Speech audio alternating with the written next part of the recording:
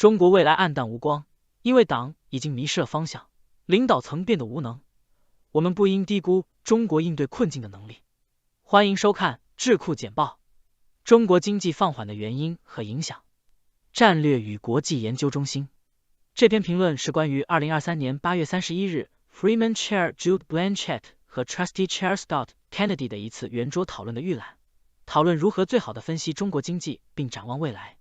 近几周来，对中国经济的情绪越来越消极，公众舆论各种各样的强调了债务、人口结构和中国与西方关系恶化等结构性问题。这篇评论反思了各种观点及其基础数据，讨论了如何评判中国经济未来表现的指标，并考虑了对美国和世界其他地区的影响。上早宣布经济永久放缓。Scott Kennedy 高级顾问和董事会主席根据媒体报道，人们肯定会认为中国经济处于危机边缘。报告似乎普遍持消极态度，以至于我的怀疑论者雷达正在闪烁鲜红的警告，告诉我不要太快接受常识。在分析师中，大多数人同意外交关系委员会的刘宗元和 Rhodium Group 的洛根、赖特以及 CSIS 的观点，及长期的结构性问题，如债务和人口结构，终于开始产生影响。彼得森国际经济研究所的亚当·波森强调，习近平的国家干预主义及其引发的负面反应是主要的弱点。波森的同事尼古拉斯·拉迪是唯一的反对者，他仔细阅读数据后认为，宣布经济永久放缓为时尚早，并显示已经出现了一些小幅反弹的迹象。尽管直接观察可能会产生不具代表性的个别案例，因此可能存在偏见，但在旅行和实地研究有限的时代，对于了解实地情况的感觉和外观有一定的用处。在我的情况下，这包括过去1年内2022年9月至2023年7月对中国的3次访问。在这3次访问中，我对经济的压倒性感觉是私营企业和消费者之间存在巨大的信心危机。唯一的亮点是蓬勃发展的电动汽车行业，它如此不协调，以至于与主导的糟糕情绪形成了鲜明对比。我在北京、上海和杭州私下与的公司高管、投资者和消费者交谈时，他们提出了3个共同的关切。第一个是对新冠疫情的处理不当，特别是从2022年3月上海开始封锁以来，其他地方的封锁虽然更为局部，但仍然具有很大的破坏性和压力。突然放弃零感染的做法，只加剧了这些担忧。第二个是对私营部门的打击，特别是互联网公司，并强调共同富裕，这使商人担心他们的成功无法长久。第三个是与美国和其他先进经济体之间的竞争日益加剧，这些紧张关系增加了战争的可能性，增加了对未来获取技术、市场和资本的怀疑，并降低了与西方的常规交往和接触的可行性。我与许多人交谈时，他们对自己国家的未来和自己的前景深感不确定。这些焦虑似乎已经转化为增加的储蓄和减少的投资和消费。我认为，尽管房地产行业的低迷正在挤压钱包，但更广泛的信心下降与房地产泡沫破裂的联系较小，更多与国家整体走向错误方向的感觉有关。如果是这样的话，那么尽管当局需要解决债务和人口结构问题，真正的挑战是重新树立一个公众接受的关于中国的共同积极目标的信念，减少与西方的紧张关系，并展示出治理的基本能力。这些变化不一定会导致经济繁荣，但他们将重建一种乐观主义的感觉，这将产生更大的民众接受度，并可能带来更多的幸福感，无论经济结果如何。没有任何东西能取代房地产行业成为增长的驱动力。Logan Wright 高级研究员非常驻董事会主席，中国经济的放缓是结构性的，始于中国前所未有的信贷和投资扩张的结束。简单的说，维持中国经济高速增长的因素在全球金融危机后无法再次重复，特别是在房地产建设和地方政府投资方面。房地产行业在北京去杠杆化运动后的几年里，出人意料地表现出弹性，部分原因是开发商用房屋销售收入取代了从影子银行借款的一种形式，而这些房屋甚至还没有开始建设。但是当销售开始下降时，这一趋势受到了加剧。2022年的封锁和新冠疫情限制使开发商突然需要削减新土地购买和新建筑，同时让购房者等待他们的房屋交付。房地产行业的衰退是中国经济放缓的主要渠道，因为该行业在其巅峰时代占 GDP 的 20% 至 25%。新的年度住房开工量下降了 57%， 在未来10年内，该行业可能仍将保持在其以前规模的一半以下。在中国经济中，没有任何其他行业能取代房地产行业成为增长的驱动力，这解释了过去2年经济增长如此剧烈放缓的原因。这些问题的加剧是中国领导层打击充满活力的私营部门企业和行业，如互联网平台公司、教育和辅导公司的结果。这些运动已经结束，但私营部门信心的损害将需要更长时间来修复。小企业和服务业企业的就业在新冠疫情限制下遭受了相当大的损失，目前尚未恢复，这影响了家庭收入和消费支出。在这些挑战的规模下，对经济的政策支持是零散、被动和范围有限的。鉴于地方政府债务负担限制了基础设施投资增长，财政政策无法应对这些挑战。此外，中国政治体制的集中化削弱了除习近平以外的任何人在传递增强信心的信息方面的可信度，实施解决方案将特别困难。John L. Holden 高级研究员、非常驻董事会主席有充分的理由相信，在2012年中国共产党第18次全国代表大会之前的时期，中国共产党的高层领导人形成了一种共识，即中国的未来看起来暗淡无光，因为党已经迷失了方向，领导层变得无能。在随后的10年里，北京一直在走向重新集权和通过反腐败和意识形态运动控制行为的道路。无论这些方法是否实现了其政治目标，他们都削弱了创新和企业家精神，并使领导层对许多情况下的核心问题视而不见。这些问题不是腐败，而是与其寄生性附着的国家赞助的激励体系。在没有根本改革的情况下，腐败将始终是中国政策传导机制的一个特征。对于中国面临的许多结构性和周期性问题，实施解决方案对于任何政权来说都是艰巨的。然而，在一个已经习惯了当前一套奖惩制度的体制中，这将尤为困难。展望未来，观察中国的人们将密切关注风险回报计算是否发生变化。中国的中央经济规划者和管理者是否会被赋予更大的自由度来制定创新政策？企业家们是否会冒险将资本投入到不受国家控制的新企业中？地方官员是否会尝试解决本地问题的解决方案？这些问题的答案可能取决于中南海秘密会议上的讨论中国的未来是否已经得到保证，是否不再需要通过国家安全的视角来看待一切。敬请关注。我们不应低估中国应对困境的能力。Claire Reid 高级研究员、非常驻董事会主席。许多评论家认为中国最近的数据预示着中国经济的重大放缓，给中国和世界带来了新的风险。一个问题是，所有这些对中国与美国等贸易伙伴的互动意味着什么？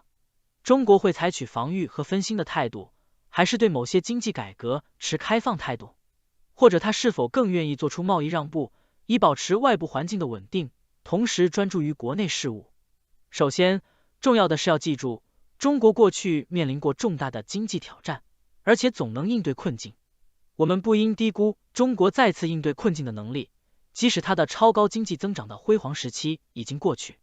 中国的经济困境不会让华盛顿和其他贸易伙伴的事情变得更容易。没有人应该认为中国目前的担忧会使其更愿意做出让步。事实上，在许多情况下，他可能会更不愿意。中国不会就违背其自身利益的结果进行谈判。这种自身利益既包括实质政策的影响，也包括面子的关键维度，结果是否符合中国的重要性和形象。习近平总书记谴责美国的出口管制、制裁和投资政策，他说这些政策旨在压制中国，并导致其他国家走向错误的方向。因此，从面子的角度来看，中国将抵制任何有助于美国的经济结果。习近平还明确表示，中国需要减少对西方的依赖，因此，如果中国同意任何市场改革措施，它将只能促进习近平寻求的优质投资。这意味着只鼓励外国在中国感到落后，并希望引入外国专业知识的领域参与。目前为止，这对于任何美国谈判代表来说都是一个棘手的领域。除了对达成重大贸易或商业结果的现有限制之外，如果中国官员对中国面临的经济挑战感到压力，他们在与市场经济进行谈判时可能会更加谨慎，而不是更加放松。中国的政策变化需要在政治上没有任何负面影响。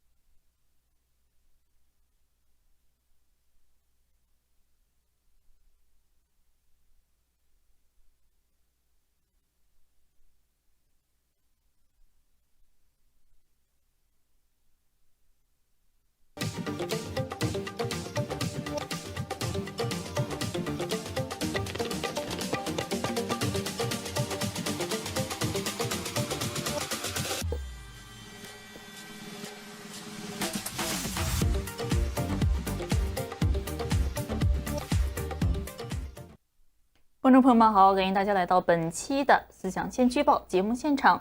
在今天的节目中我们要为大家介绍的是外交事务杂志上所刊登的一篇最新的文章。文章呢是来自于亚洲学会中国分析中心。这个文章希望帮我们解释的一个问题就是，为什么中国和美国之间获得某一种稳定的双边关系，现在显得这么的艰难？在作者看来，一个根本性的问题阻碍两国取得进展是两国之间都缺乏一个双方能够接受的一个接受的说法来界定两国之间的关系到底是什么。美国人在各种各样的外交活动和公开讲话中经常说，美中两国正在进行大国之间的激烈竞争。从根本上而言拜登政府对于中国的态度也是以有节制的战略竞争为前提的。这样的一个政治理论要求双方都能够接受长期参与持续稳定战略竞争的前景。这样的策略也要求双方在红线问题上都保持透明，避免竞争升级为冲突，并为必要的合作留出空间。但是如果一方拒绝接受长期竞争是不可避免的合理状态，那么这样的战略很难发挥作用。但是中国领导人却不会允许美国以竞争来定义中美关系。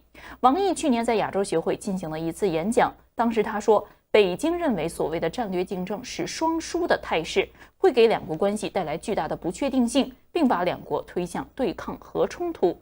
相反，中国希望美国可以承诺以相互尊重、和平共处、双赢合作来描述两国之间的关系。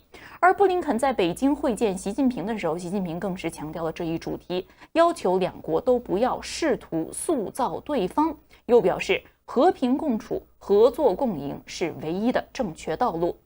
这是不是仅仅是语义和词汇上的竞争呢？在作者看来，其实远远不是这样。中国要求所谓和平共处、互不干涉、互相共存的概念，是出自于中国共产党和习近平政府对于竞争这个词深深的焦虑，而美国方面其实并不完全理解北京的这一观点。实际，即使是建立军方和军方危机沟通渠道和军备控制对话这样直接的步骤，也会因为双方对于彼此意图的理解的脱节而可能受到挫折。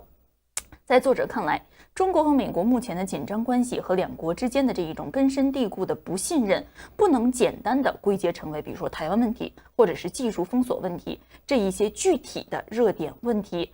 这个紧张局势也不是两国之间不可避免竞争的必然结果。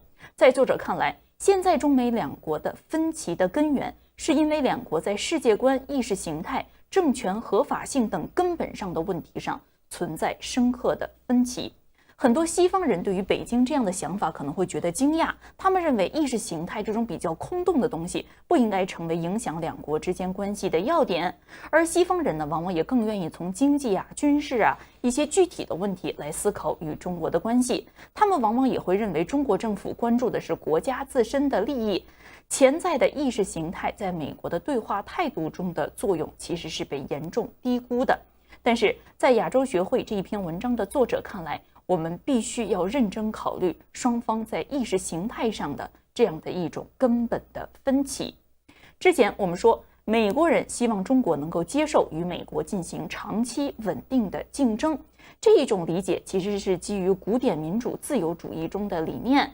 在这样的一种自由主义政治哲学的传统核心中政治竞争就是体育比赛意义上我们说的这个竞争思想的较量所有的问题通过对话通过一些争端最终是可以和平解决的。竞争双方都知道，今天的结果不是最终的结果，失败者也有权重返赛场。那么这样的政治竞争即使跟这个古罗马斗兽场的这些体育竞赛是不一样的，至少也不是生死攸关的问题。但是西方这一种对于竞争的理解，与习近平和中国领导层对于政治的看法则是大相径庭的。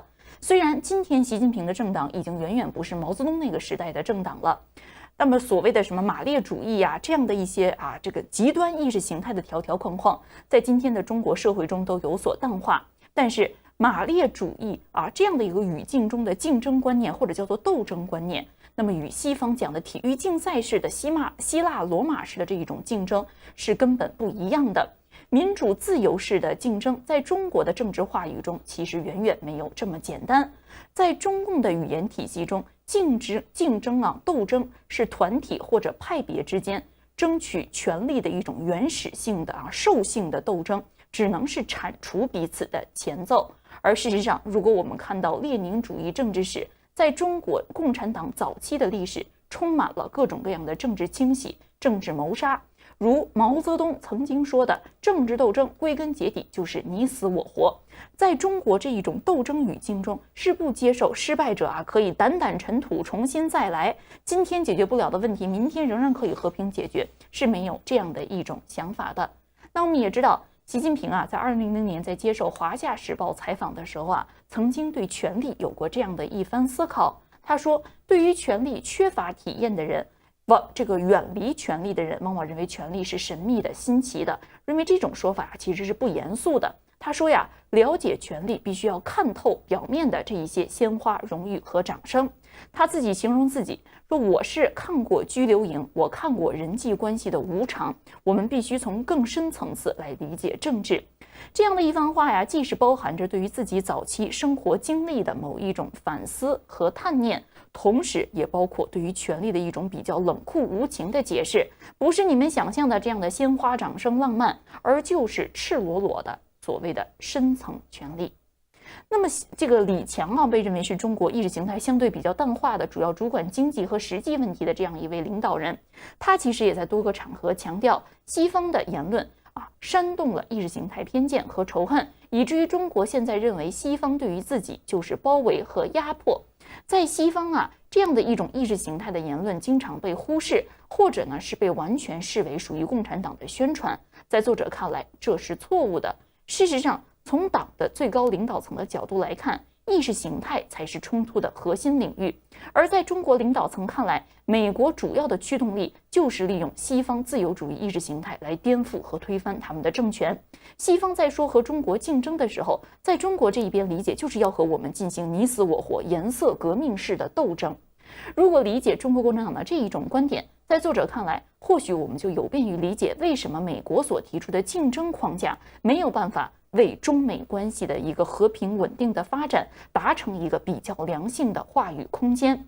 拜登政府的自由主义政治观允许其将有管理的竞争视为双方避免冲突，同时追求生存甚至发展的方式，而中国共产党的领导层则把美国的这一种说法认为是一种欺骗，认为是在以所谓的竞争来掩盖真正的生存性的斗争。中国领导层从根本上就怀疑美国有关于两国竞争将有护栏、将有界限的任何保障。这也就是为什么在提及美国的时候，习近平本人以及中国共产党更多的是以颜色革命、从生存斗争、从你死我活这个角度来看待中美两国之间的关系。有的时候我们认为这可能是一种偏执狂的想法。之前我在节目中也多次向何明先生提问，就是颜色革命真的有这么恐怖吗？但是来自亚洲学会的这一篇文章就比较清晰地帮我们讲了这个问题。也许在党的这个话语系统中，颜色革命就是真实存在的。美国在所谓竞争的掩饰之下，与中国进行的斗争就是颠覆性的这样的一场斗争哦。那我们也记得2013年在习近平刚刚担任党的最高领导层之后曾经有过这样的一次讲话。如果说之前大家对于习近平对于西方的看法还有任何疑虑的话，在这之后其实就已经相当清晰了。在对党内高层领导的这一次讲话中，习近平可以说是十分清晰地表达了他对于西方对于中国态度的看法。他认为西方在竭力宣传所谓的普世价值，而西方的目标就是在人民心中的战场上与我们的党较量，要推翻中国的制度。当时习近平是严词警告党内的官员，说尽管你们看不见这一场斗争，但是现在我们在意识形态领域正在进行的这一场斗争是异常激烈的，是生死攸关的。在2016年的时候，习近平再次强化了这样的一个观点。他说西方人是把中国的发展视为对于西方价值的威胁，他们一刻也没有停止对于中国的意识形态渗透。2017年的时候，习近平再次强调说，意识形态关乎我们国家、我们党的核心和灵魂。在今年7月，在上合组织会议上，他再次警告与会的领导人，我们都必须做好抵制西方颜色革命的准备。那么在西方看来习近平这一种对于意识形态的日益重视，无非于是出于习近平自己对于权力把握的要求，自己对于失去权力的恐惧。但是根据亚洲学会所发表的这一篇文章，中国国内一些最有见识、最了解领导层想法的政治观察者认为，实际上习近平的前任胡锦涛才是中国加强意识形态和地缘政治斗争的始作俑者。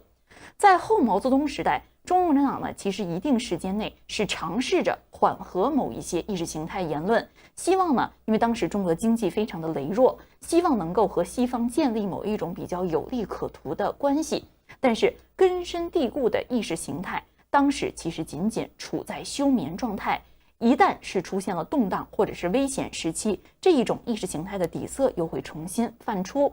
那么2008年在08宪章签署主张政权全面自由化的时候，中国的领导层就认为这证实了自己对于西方影响对中国共产党自身合法性构成直接挑战这样的说法。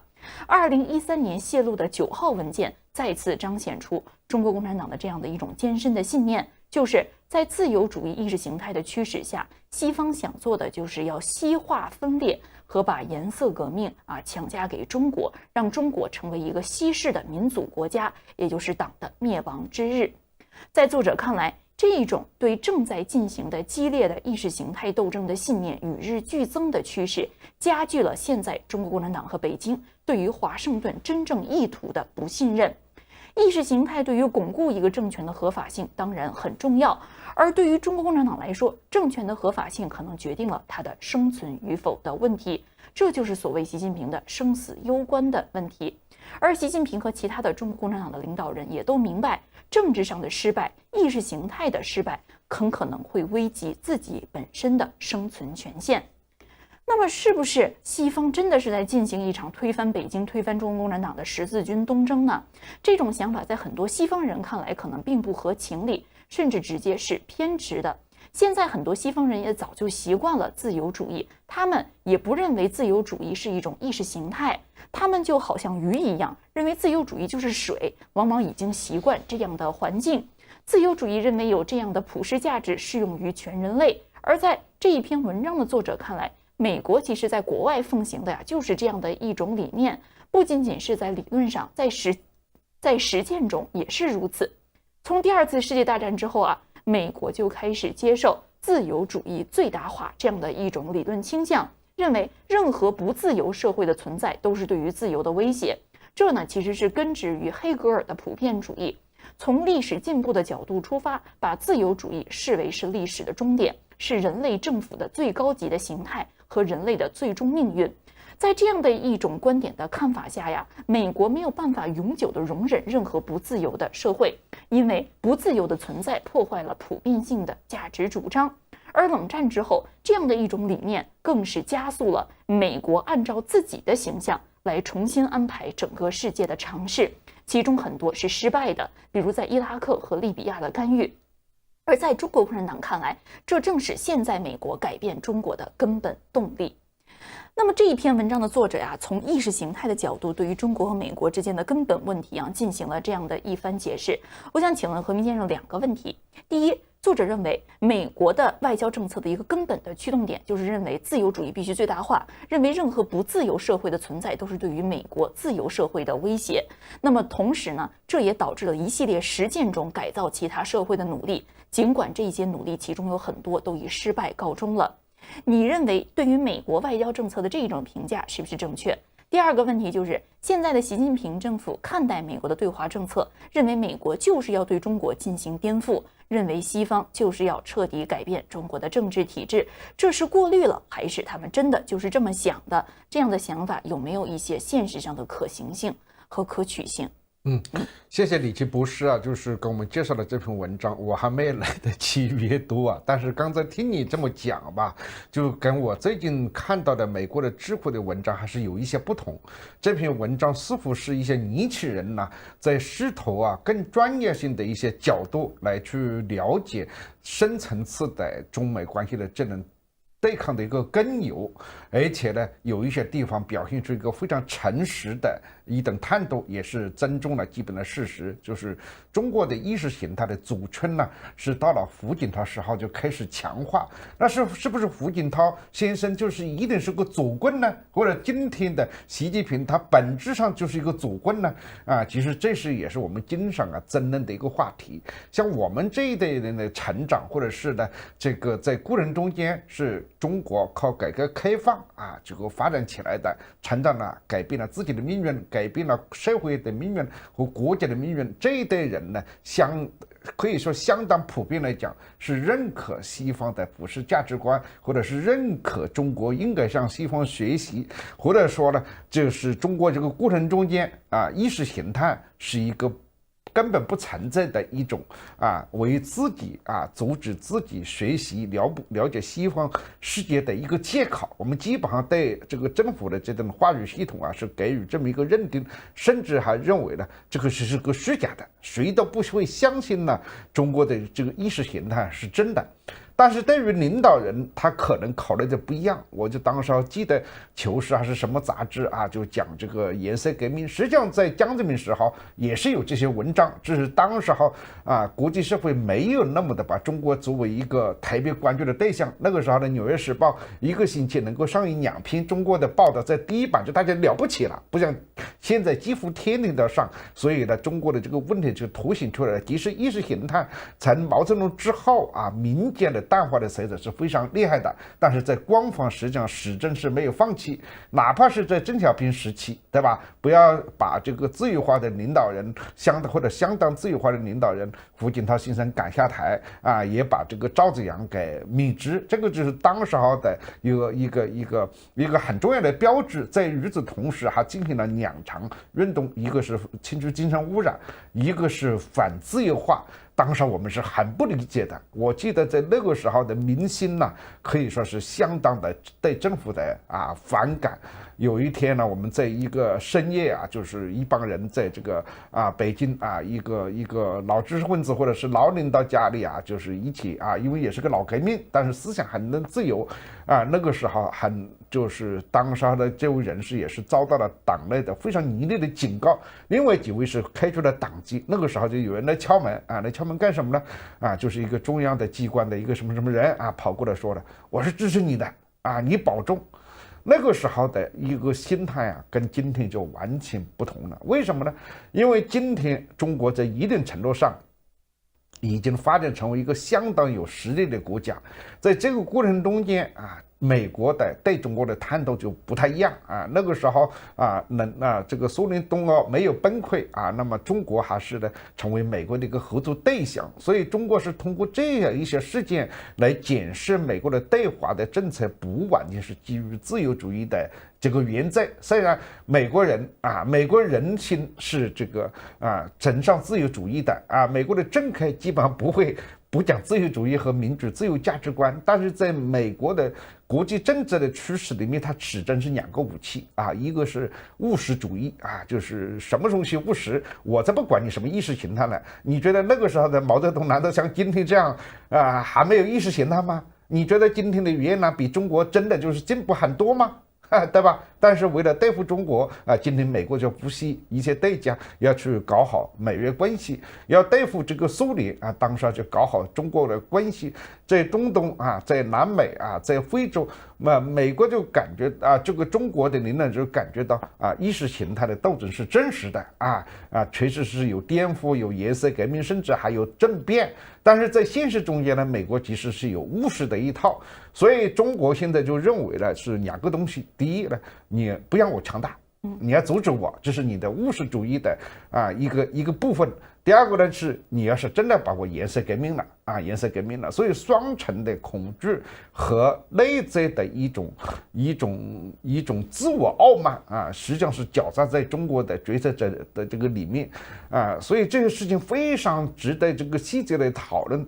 刚才你讲到《华夏时报》这篇文章，我也没看过但是我也不知道。但是类似这样的观点我们经常有朋友在讨论习近平的决策思想的时候会提这个问题，就是说习近平从小受到那种迫害受到那种打击那种人生的那种苦难他过早的认识了人生的那种冷酷残酷无情昨天你可能还是这个爸爸家里的自己家里的马屁精上来这个升这个礼升那个礼非常的媚俗向你这个献礼，但是回过头爸爸被贬低了以后，自己还赶出中南海你就想一想，被赶出中南海那个时候是多大的羞辱这个妈妈在党校就成为了一个这个图书管理员就是他的妈妈，然后呢他往来于这个北京和这个延安是延安嘛，那么一个非常落后和贫困的地方，他所谓讲梁家河对他的一个影响，其实他不可能是一个真正好的影响，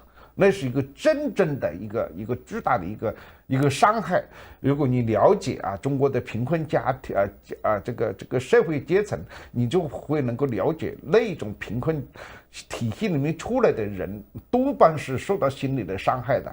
那个时候这个习近平心智也还不能说是很成熟，所以现在的某些行为就被认为呢是习近平的某一种这个报复某一种畸形的一个根源。我觉得这能解释吧，还是太单一了根本的原因就是呢，这个美苏对抗的时候有一个词给中国的领导人留下了一个深刻的印象。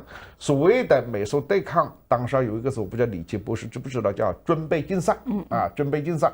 军备竞赛就是以这个全面性的军备竞争把对方拖垮，甚至还有人说这个美国搞一套虚假的这个星空大战，还来自于这个特斯拉的这个理念这种呢把这个苏联给拖垮。所以也有人早些年也就警告中国，你不能跟美国竞争，你跟美国竞争，最后面你的经济就会在军事的过程中间给拖垮啊。但是中国实际上这几年呢真打出了一副准备竞赛的一个样子啊。所以中国在理解这个美国的关系的时候，已经不太像美国自己所讲的那样啊。美国是把人权、把价值、把自由，那当然是美国最重要的一个外交力量。但是他们认为呢，这既是你的意识形态，同时也是你的一个工具而已。你真正的目的还是要把我搞乱，真正的目的还是要把我打趴下。所以中国人这种高度的警觉啊，高度的这种受害者的心态啊，对美国人来讲是很难理解的。美国人认为我们就是竞赛呀，对吧？我们有标准的，我们该比赛呀，我们该喝茶呀。但是中国人就是说，我在这个街上开个店，你也开个店，对吧？你要把这副竞争的样子出来，你不但是跟我表示竞争，你还把周围的顾客全部叫到你那里去，对吧？甚至在路上拦截下来，非洲朋友过来这个南美朋友过来东方朋友过来，你们是在那边吃饭，我们这里更便宜，我们更好，对吧？习近平给你们那么一个生意招待，我这里也给你国宴啊，就是说，所以中国人不太能够相信了这个拜登总统的这种做法，甚至认为拜登总统是伪善的啊。你表面上讲合作，你实际上背后面捅刀子。有人今天溜到聊天区的朋友还在聊天来说，这习近平不想跟拜登见面了，你跟你见面没用啊，对不对？你表面跟我讲半天，你回头又捅你刀子，这是中国人的一种东西。这种东西呢，就是说西方你要对付中国也好，跟中国竞争也好，或者是了解中国也好，首先要比较诚实的探讨，就了解习近平的思想到底是怎么形成的，对颜色革命的恐惧是不是完全虚构的啊？或者是跟美国的这种竞争就是出于他的意识形态，或者是出于个人权利？我觉得出于个人权利的这种独裁者的理解和原教旨主义的社会主义的理解，还是中国的一个非常表象的一个层次。这会使美国和中国打交道或者对抗或者是竞争或者是合作的时候的一个非常大的一个障碍，它会慢慢变成一个呢鼻子都在实行自己实行的日拟。本来西方对中国没那么狠西方的空间不完全是由政府说了算的，但是呢，这个习近平试图通过民间的这么一种表现来突破你看看他为什么进基辛格，为什么进一些这个比尔盖茨，不愿意见美国的一些官员，他就想突破了这个西方这一点。但他在本质来讲呢，已经过分的警觉，过分的反弹，甚至现在从官方到民间一种非常反美的一种情绪，其实在某种程度上是习近平这种过于恐惧的这个心理造成的。西方呢现在也是第一本身也比较乱也在产生一种分裂和重新走过程中间。但是不管左和右都有一个共同的声音，就是中国不能再继续这么强大下去，这样继续强大下去会对整个的西方的价值体系和实际利益都会产生挑战，而不是单纯的只是意识形态而已。但是这种斗争或者是这种竞争也好，或者合作关系也好，我觉得会层次的层面是非常非常之多的。作为智库作为我们媒体要跟我们的观众讲，不能说讲清楚至少是试图要把这些层面呈现出来。所以我觉得外交事务这篇文章真的是我最近几天最近一段时间看到的非常好的一篇文章。谢谢和平先生的点评那么这一篇文章其实也有助于帮我厘清我之前一直问的一个问题，就是到底这个颜色革命有没有这么可怕呀？是不是真的是像他们想的一切要灭绝所有的可能的西方的种子从这个抓间谍到对于这个西方的这样的一些自由的知识分子接受西方想法这一些人的恐惧、警觉，甚至对于他们相当残忍的监视和抓捕那么在这一篇文章的作者看来，在中国看来，颜色革命的口子或者是西方思想的口子一旦打开了，往往就成了决堤之水。文章中也提到了中国最脆弱的时候，实际上是它经济上最薄弱的时候。中国认为自己的经济在最薄弱的时候是有可能西方思想趁虚而入，而对政权进行根本性颠覆的一刻。因此这或许有便于我们理解为什么在过去几年中国自己的经济形势的确是出现了比较严重的恶化的时候，显得好像意识形态这一根筋是越绷越紧了。这篇文章之后还解释了一个问题，在现实中啊，美国提出了一系列的问题，比如美国认为中国和美国之间应该设立一些防护栏啊。所谓的防护栏包括战略核稳定的对话，包括进行军备控制的对话等等等等，包括两国军队高层进行定期的沟通。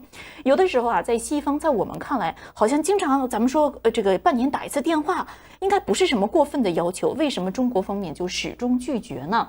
在作者看来，这一切本质上也是意识形态的原因。北京认为所谓的防护栏其实是美国创造的一个言论的陷阱，并不是维护稳定的真正的尝试，而是为自己毁灭自己而设下的这样的一个话语的圈套。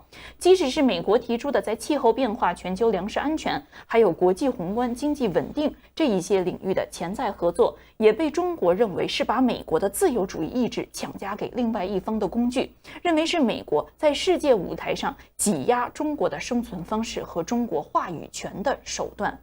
归根结底，中国想要的是什么呢？不是美国方面所提出的互相竞争啊，冲突不升级，也不是美国这一边所提出的所谓的两国关系的防护栏等等等等。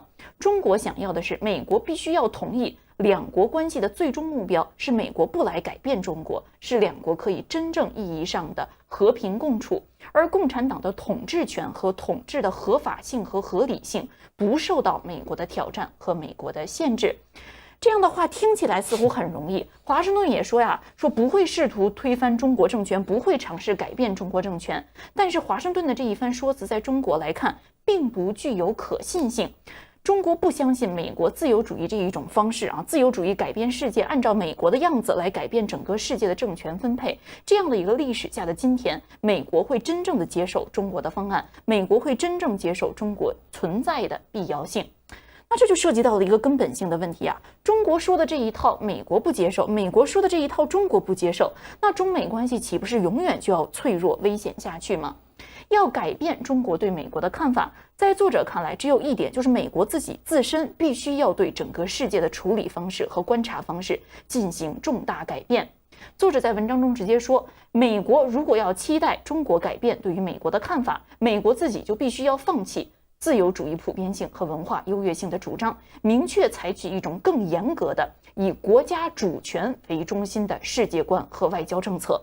但是作者也提出了，这也是一个问题，因为这一种世界观就完全是中国的世界观，你也不能让华盛顿接受中国的世界观。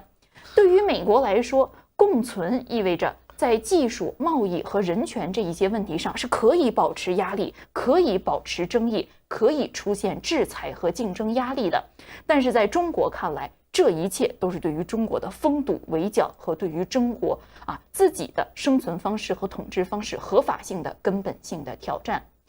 文章作者在最后说，美国国内政治分歧的双方，不管你是共和党还是民主党，在一点上都是一致的，就是深深的根植于美国价值自身的这一种讨伐式的国际自由主义的意识形态倾向。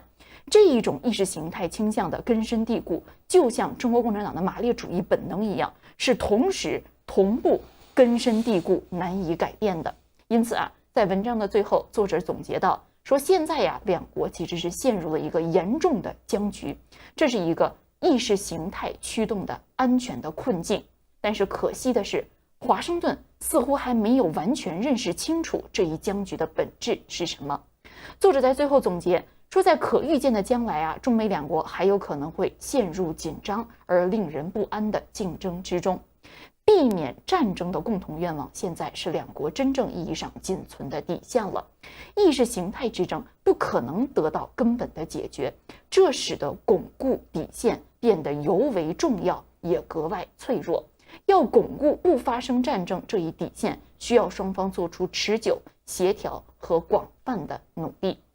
中国、美国或者是双方，除非愿意调整自己的世界观，真的找到共享同一个世界的方法之外，根本没有其他选择。而在这之前，中美之间的暂时的外交关系的缓和，其实是相当脆弱的一条底线和防线。这就是作者在这一篇文章中最后给我们留下的这一个让人觉得有一点悲观的结论。但是作者呢也给我们看到了一些光明点，就是现在避免战争，至少还是中国和美国都希望达到的，不是说美国希望真的是和中国打一架啊，也不是中国真的是希望啊和美国之间必有一战，双方仍然希望保持和平的局面。但是这一种和平又谈何容易？那我想请问一下和平先生啊，作者我觉得对于中美之间的根本性的分歧给我们一个比较清晰的这样的一个解释，但是作者对于中美之间到底怎样寻求共存之道，其实呢似乎给出了一个比较悲观的这样的一个药方啊。那你有没有更加乐观的想法？中国和美国之间是不是有可能找到一种共存、相互理解，或者是至少某一种缓和的生存契机？首先啊，这篇文章的后面这些大部分的这种结论啊，或者是担忧啊，我都是同意的。但是这个里面有一个核心的东西，就是说双方都有一个呢战争的这个底线还在努力维护。虽然现在两国之间的这个交流啊不是那么顺畅，当然今天的中国国防部的发言人说啊没问题，我们还在沟通。那么中国现在的一个想法是什么呢？就是说，如果我们建立了一个像你的防护栏，就等于在一个拳击场上，你就对我开打，我还不能跳出这个防护栏啊。中国是这么来想这个问题。那么如果我不在这个防护栏，你还得小心一点，我是不是捣乱？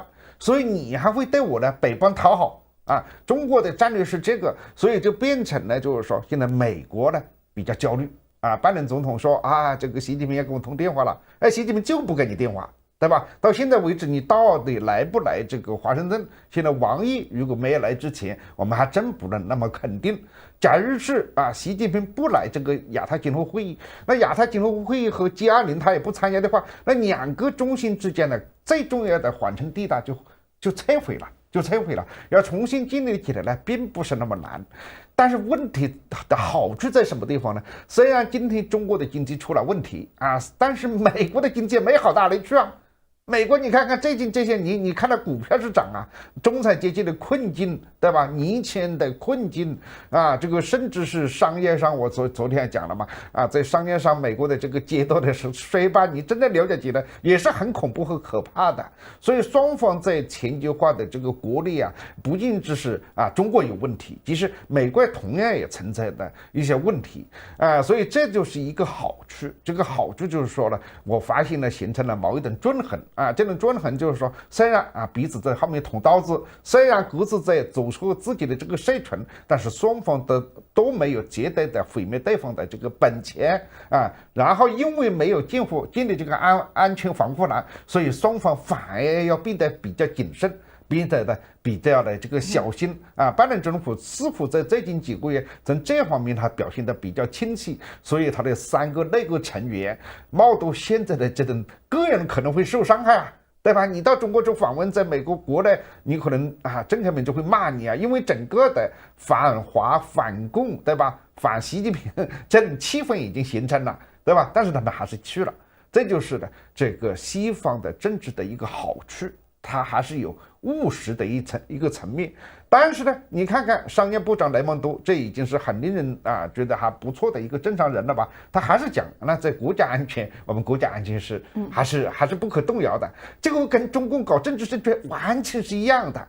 但是这种东西到底有多大的真实的程度，到底有多大的这个边界，我们现在还不清楚。我之所以乐观的一个原因很简单，就是今天跟当年的美苏时候那种存在的意识形态的冷战是本质不同，是今天呢彼此之间已经是就是纵横交错的这种关系，有的是中美之间直接的，有的是欧洲的，有的是南美的，有的是非洲的，而这些利益呢已经是没办法分割即使你可以来讲就是一个开放的中国当然是对中国有利的，反过来讲，一个开放的一个中国也是对美国有利的。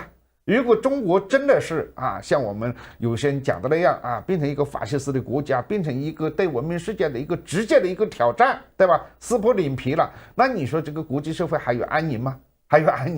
以今天中国的国力，不要说比苏联的时候强多少，你就是不强，也是世界上的一个非常大的一个危害非常大的危害所以从国家安全的平衡来讲，我觉得美国这种没有办法必须现在比较务实的跟中国进行交往，但是整体的政治气氛呢，这是很难逆转的，因为在这个时候，一个是美国的文化也好，美国的信仰也好，美国的价值观也好，它要想完全那种除非你真的是不行了，下一个敌人是变成了印度，那可能中国是一个战略朋友，在中国如果能够走出现在的经济困境那么呢，那对于美国来讲，那更是头痛，这个里面搅杂到各种各样的可能性，但是整体来讲，我觉得是乐观的。乐观的一个根本原因是两点：第一，不可战争，对吧？这是这篇文章里面讲的。第二点是这篇文章里面没有讲的，就是利益的纵横交错头高谁就是死你别搞半天。你举个例子来说，现在你美国和中国头高，我讲的不好听一点，哪一天你就美国变成一个孤岛了？全世界都跟中国做生意，中国是一个不讲底线、不讲意识形态价值，就讲做生意的国家。那很多国家希望这种合作对吧？美国为什么在南美、在非洲、在东南亚出现问题就是美国针对小国的时候，它这个意识形态更重。所以有人就说嘛，中国人嘛可能是这个修养不大好但是呢他毕竟笑脸跟你做生意。那美国人修养很好，但是他对你要求这个要求那个对吧？那非洲很多人就是这么反应。所以这种东西是给了中国很多的机会，但是同时也让美国警觉出来，那我也改变自己所以现在原来批判一带一路，原来批评这个那个美国也开始学着做了。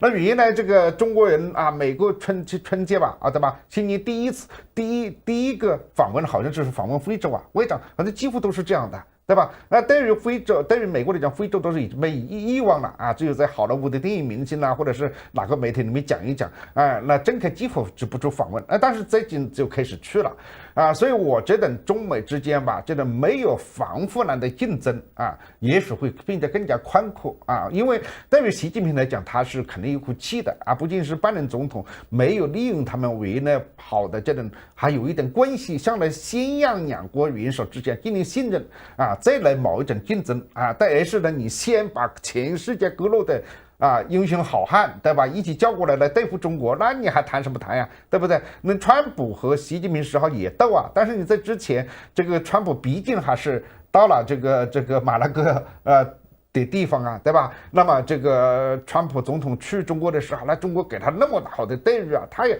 在那个时候还是建立了一定的沟通的这个基础。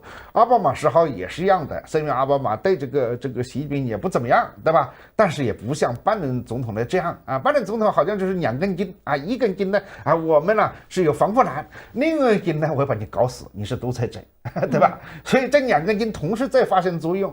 美国的好处就是它的调节的功能强，它的弱点是它确实是除了它的军事有长期的战略性以外，它的国家政策是没有战略性的它是比较的有新鲜感的。也许一个新的总统上来，他愿意怎么样是怎么样因为总统在美国的外交上是有绝对的这个一定的这个绝对的一定的这个主导权。如果他愿意来勇敢的突破这一点，也许对于习近平来讲，有时候就是个面子的问题。你别看两个人打得头破血流有时候一句和缓的话，问题就解决了。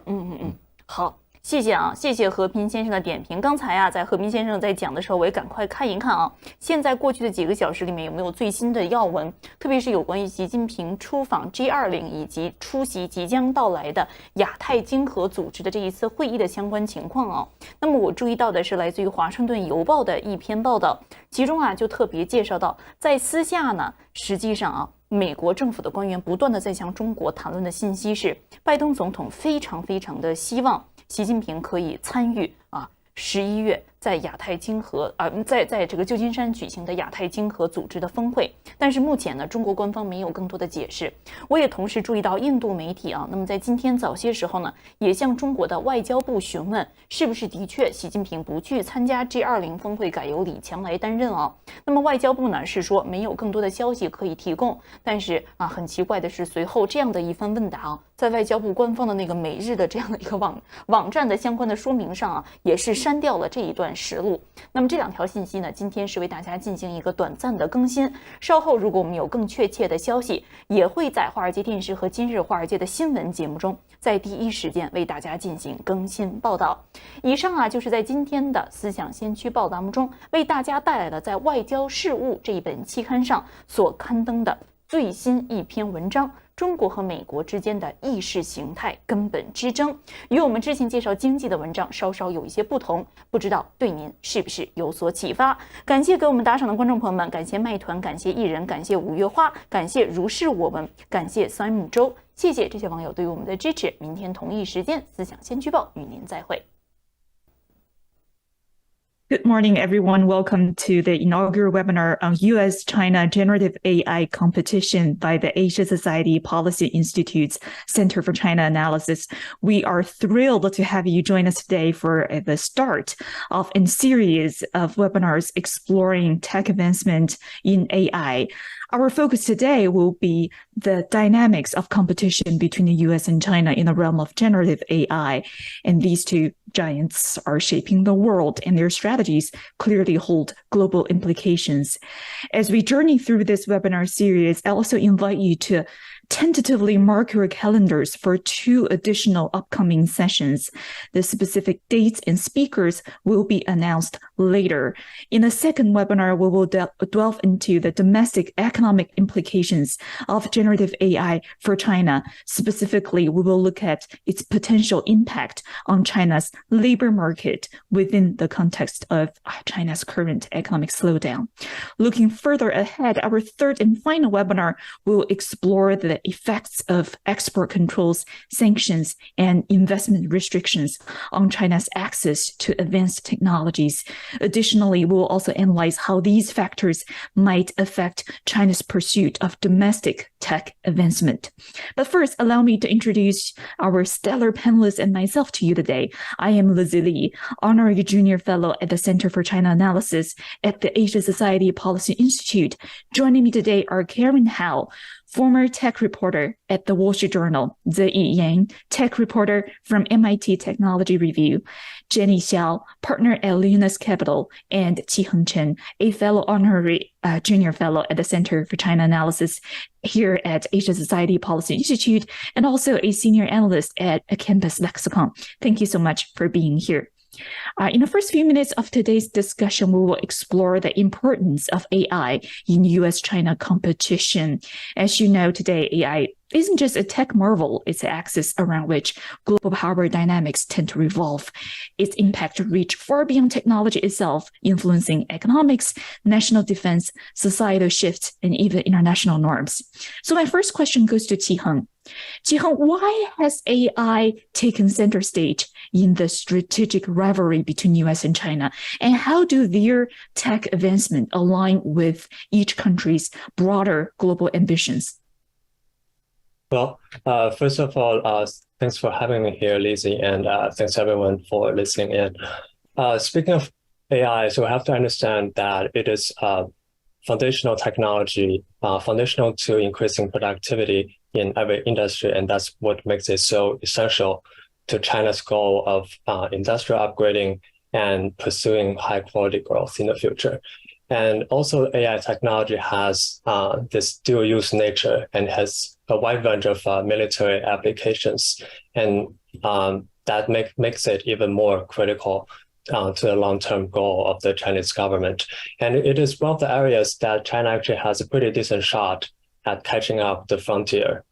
And we also have to look at this thinking that, as we have seen from the internet economy, that if you're a technology superpower, and given the population of China, you're going to be an economic superpower. And with that, you're going to play an indispensable role in global governance and at the geopolitical stage.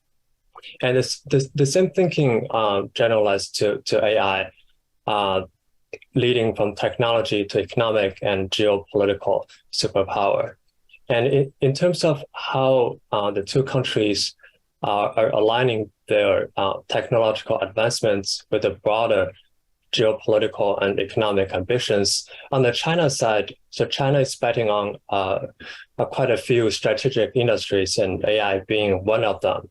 It's kind of taking a quote-unquote venture capital approach. Even if China only has a 20% success rate at being very successful in 20% of those strategic industries, and that's still a huge deal.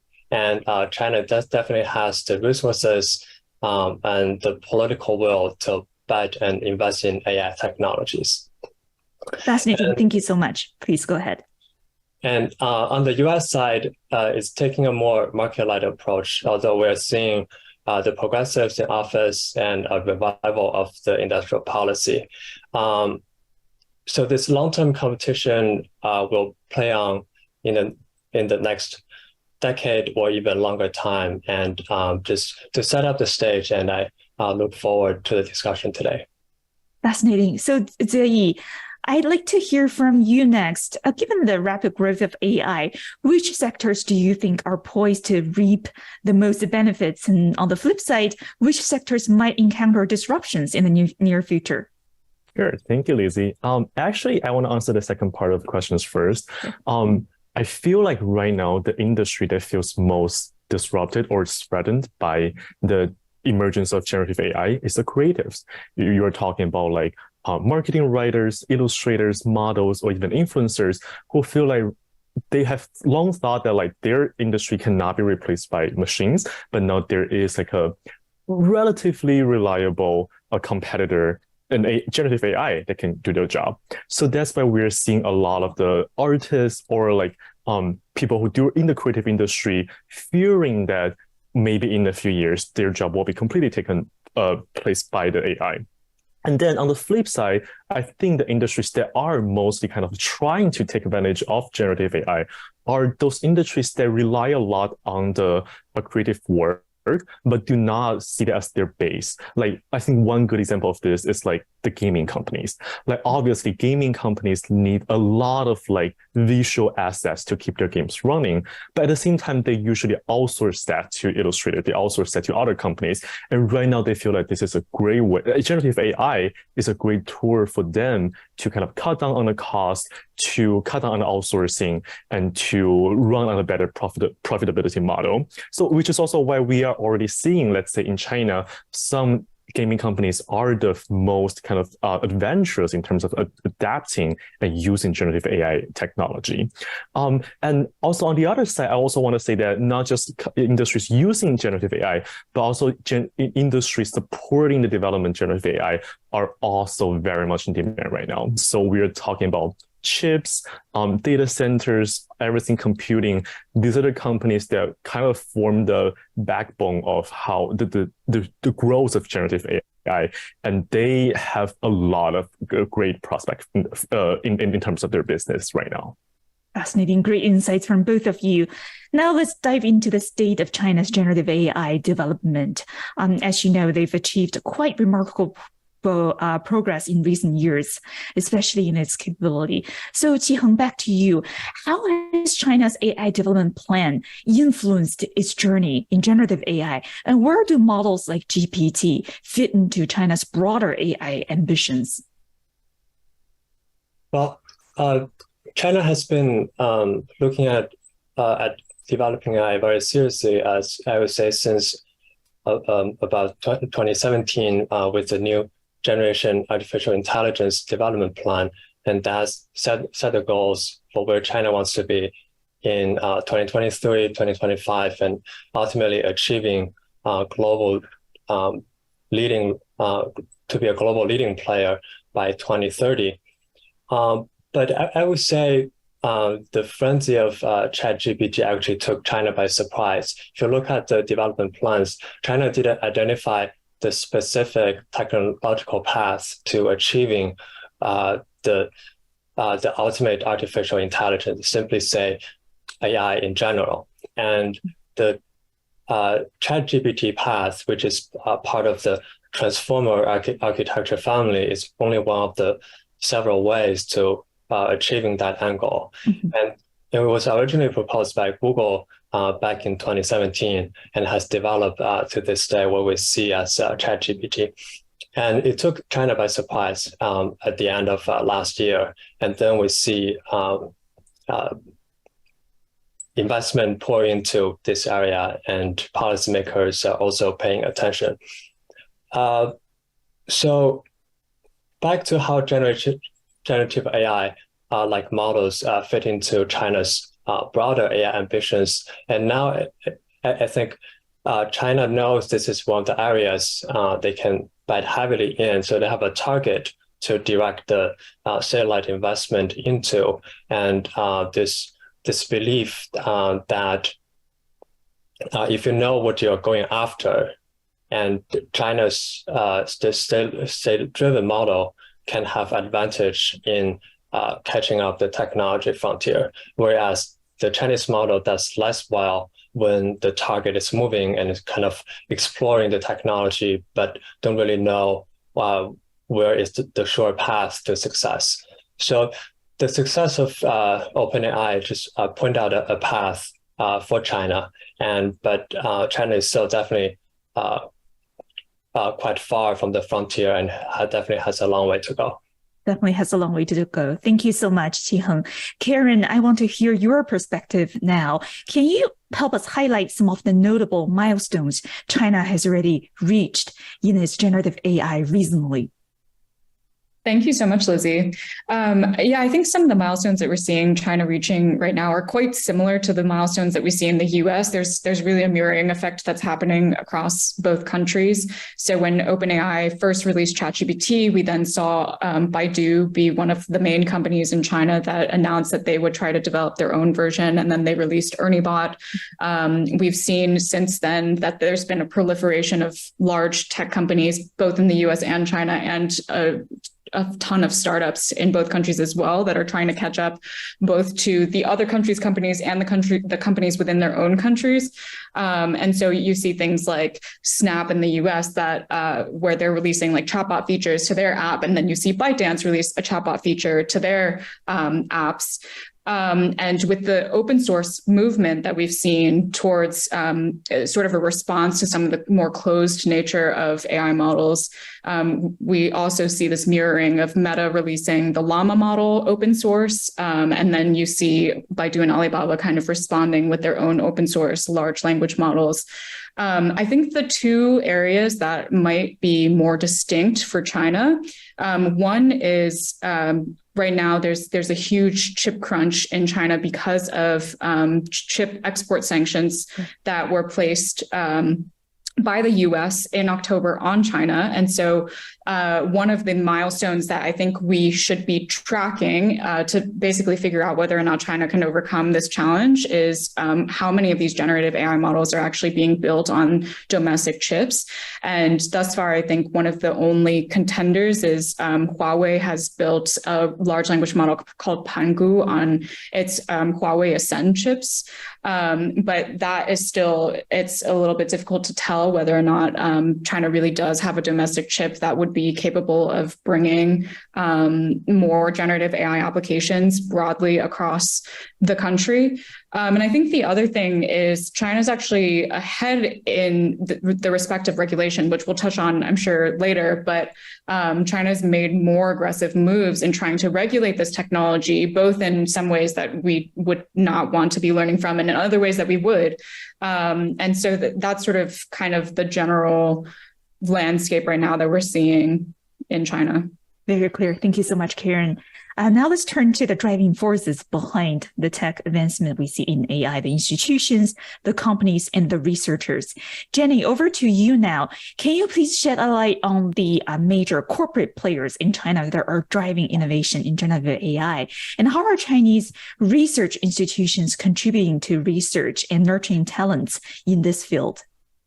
Yeah. Thanks for the question. I think that's a really interesting issue to discuss. I think a couple of points that I want to make here. One is there's the usual suspects, the big tech companies of China that are pushing generative AI development, but it's usually more for product development and not for pushing the frontiers of generative AI.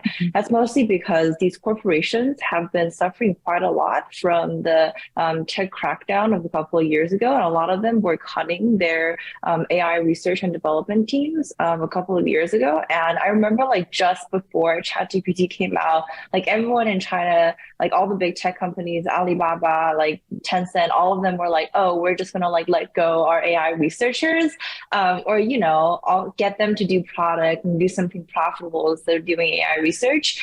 So I think the funding from the corporate side, from the major corporations, is a little bit unreliable given how they are struggling themselves. I think in addition to the corporate side, the big corporations, there's like a lot of startups in China that are trying to do generative AI. This has been a trend over the last 6 months or so, and a lot of people that I know have like come to me or like to other venture capitalists, and they were like, oh, I'm starting this AI company in China. Do you want to invest? And unfortunately, we don't invest in China, and we just said no to everyone. But there were a lot of people out there who were really interested in starting AI startups. A lot of people, at least like 10 teams, were like, "Oh, I'm going to become like the OpenAI of China." And my take on it is that they're not very consistent. So they're interested in AI for like 2 months, and then afterwards they're not going to work on this, which is unfortunately what happened because a lot of these startups are pivoting, or they decided to like drop the whole idea of building Gen AI models altogether. You've seen like this really prominent co-founder of Meituan who came out a few months ago saying he's going to do a big Gen AI startup, and he's given up on that. And Meituan has like bought his Gen AI startup, and a lot of like prominent startup founders in China were like, oh, I'm going to like do an AI startup that builds Gen AI models, and a lot of them have kind of like rolled back their ambitions a little bit over the last few months. So I think this is a field that's definitely less hot nowadays compared with like 6 months ago. And on the institutional side, and like educational institutions and government funded institutions are probably playing a larger role in developing the fundamental technologies. And in particular, I think the universities of Tsinghua, Peking University, they're doing a lot of work.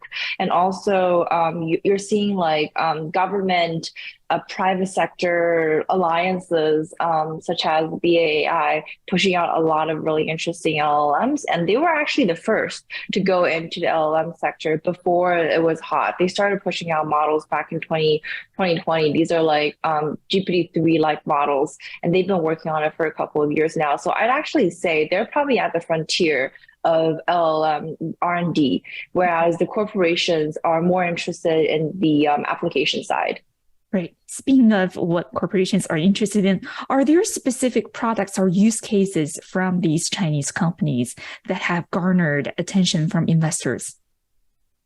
I think compared with the US, there is definitely a lot more, I think like the use cases in China are more concentrated. So everyone in China, like every other company in China, like Gen AI company in China, is a chatbot, and every other company is an image generator. It's just like very, very concentrated in a handful of sectors. And I think this is because their models aren't aren't as good as the models that American companies have access to, and therefore they're not able to build more complex use cases on top of their technology. So it's really like very, very simple use cases.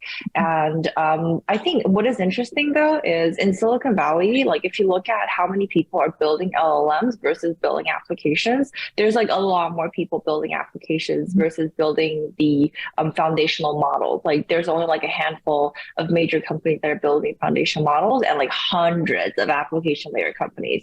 Whereas in China, you kind of see a lot of people are building on the foundation layer because there is less of a clear winner in the foundation layer. So a lot of people are like pouring money into building, the OpenAIs of China, trying to become an API company. Whereas like in the US, like fewer companies are doing that. And in China, there's like a lot of application layer companies, but these application layer companies are usually concentrated in a couple of very simple use cases rather than the complex use cases that we're seeing in Silicon Valley. Fascinating. Thank you so much, Jenny. And as we start to dig deeper into the unique strengths and challenges that China and US each faces and brings to AI competition, 所以 Here's a question for you. How do you think the research landscapes differ between China and the United States? And how do the talent pools of China and US compare in terms of AI research and applications? I actually think there are a lot of similarities between the research environment in China and in the US. There are a ton of research talents, and there are actually a lot of collaborations going on too, like research institutes working with each other. I will point you to a report published this year by the Stanford Human-Centered AI Center, I think. What they're finding after kind of like going through all the scientific publishings of AI is that China has published way more papers than everyone. However, in terms of like the impact, the citations, the US still leads there. So we are seeing that a lot of Chinese researchers are working really hard and very diligently, but they're still catching up to kind of the knowledge advantage the US researchers have. The other thing the report also pointed out is that even though there are still more collaborations going on and happening, the pace actually slowed down. I think that actually speaks to the larger environment of kind of like scientific collaborations, like freezing and slowing down, which I believe Karen actually can talk more about that. But yeah, that's like one of the things we're seeing, that like actually they might go on more kind of separate roles from now on because of like the geopolitical tensions, everything else. The last thing I want to notice that I think in both countries, we are seeing that a lot of times the companies actually take a more leading role because there's a very high cost that comes with developing generative AI models, because of you need to spend on chips that's training and running the algorithms. So sometimes the institutions don't have that much financial backing to justify spending on that years over years. And the companies, especially the companies that feel like they have a chance to be like the first mover or to have an advantage in the industry, they are actually more financially capable of investing in it. But we're also seeing like kind of like them then cooperating with the academic researchers, like funding their research in terms to like getting their research using their product. So we're seeing like really a lot of them tangle together. But I think in this case, like US and China don't differ that much. Not that much of a difference. Thank you so much, Zeyi. So Qihong, I know this relates to your research. Can you talk a little bit about data accessibility and data availability in China, and how pivotal is that issue, if that is an issue in China's progress or further progress in AI? Right. So the conventional recipe for success in AI is talent plus data plus computing power. And I would say data is one of the three areas among the three that China has the most ability to mobilize resources and have control over. And China has been, in the past several years, have been engaged on the efforts to optimize the allocation of data resources, meaning that unlocking the data that are now used by one party and making that available to other parties that have a better use cases for the data. And we have seen initiatives to establish data exchanges to facilitate this kind of reallocation of data resources.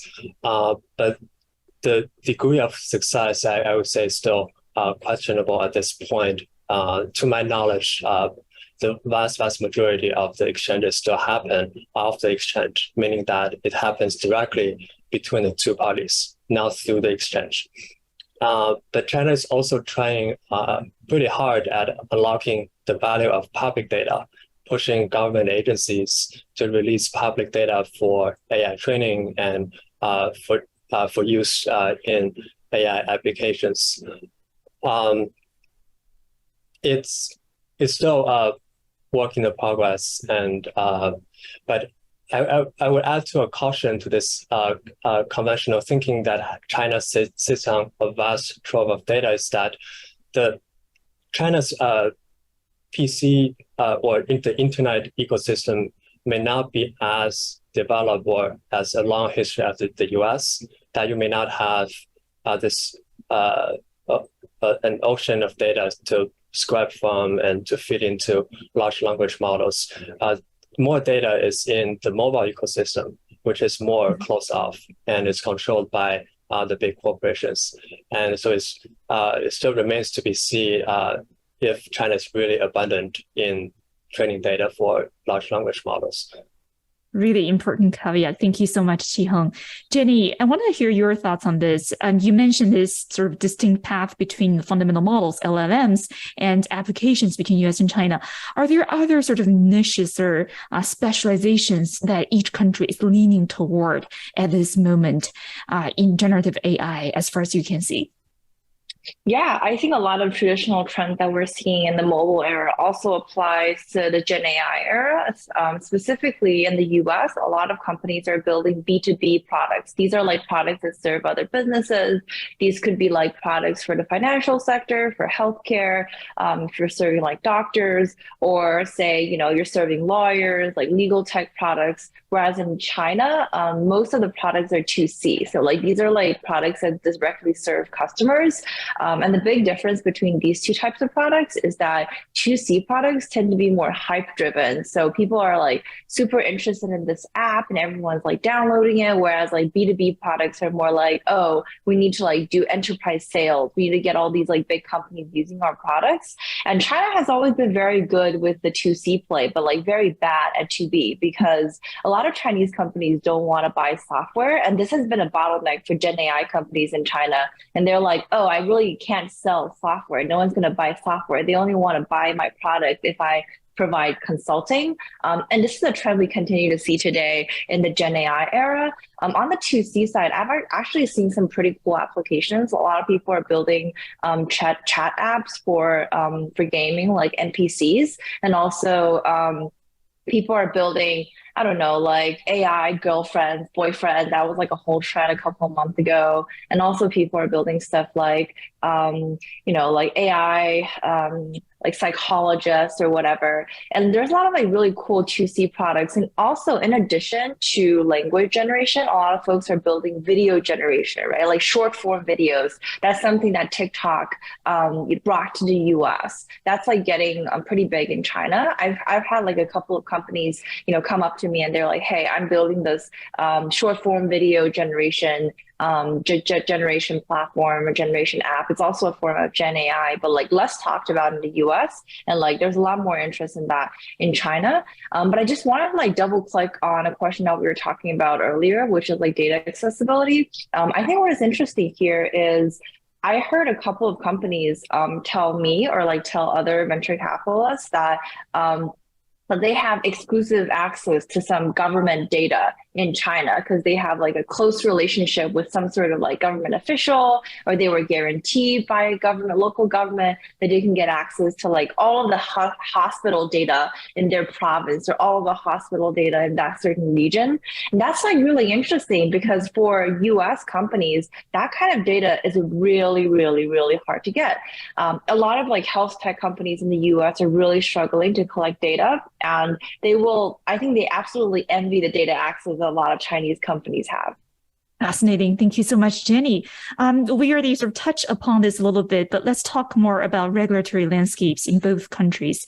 Qiheng, how is the regulatory environment in the US shaping the development and deployment of generative AI technology, and also for China?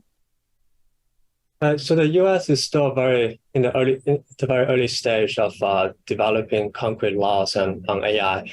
Still in the discussion stage of how to go from the general principles to very concrete harms, and to map out what existing regulations can be applied to harms originating from AI, and what new regulations specific to AI need to be developed. We have seen a kind of whole of government approach to addressing the governance of AI. You see quite a few agencies within the US government claiming that the AI fall under their regulatory power. Notably, on the discrimination and bias side, you have the joint statement from FTC and 3 other agencies. And also the White House, pretty notably, around the end of last year, issued the blueprint for AI Bill of Rights that basically laid out 5 principles and mapped out how local and federal efforts tied back to those 5 fundamental principles. And again, about a month ago, you see the voluntary pledge of several leading AI tech companies that they're pledging to having robust red teaming and also watermarking their AI products. So you have seen this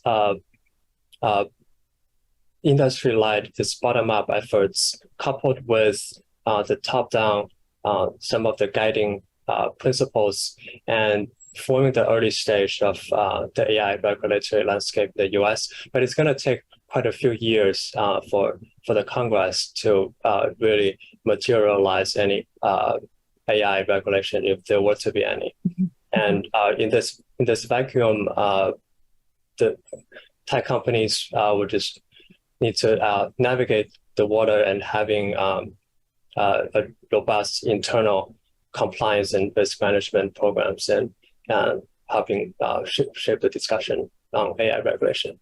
Fascinating. Thank you so much, Qiheng. Karen, I also want to hear your insights. In what ways do you think China's regulatory approach toward AI differ from the approach employed by the United States?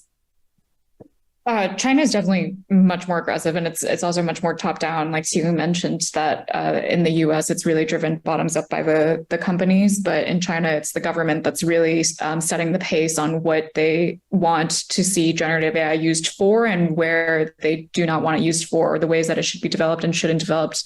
And we've seen this just generally in a lot of like cybersecurity and internet regulation. China sort of tries to keep up with the clip of technology development, in part because of a fear that when you have new technologies that could really influence the information ecosystem, they really want to try to contain that as quickly as possible. So you see in a lot of the regulations or the laws that come out, whether it's a cybersecurity law or there was like a deep fake synthesis regulation that was just enforced in January this year, you'll see this language like any algorithm or any generative technology that has social mobilization capabilities needs to make sure, like the companies need to make sure that they kind of button up their technologies and don't end up influencing the internet environment, the digital ecosystem, to misalign with the party.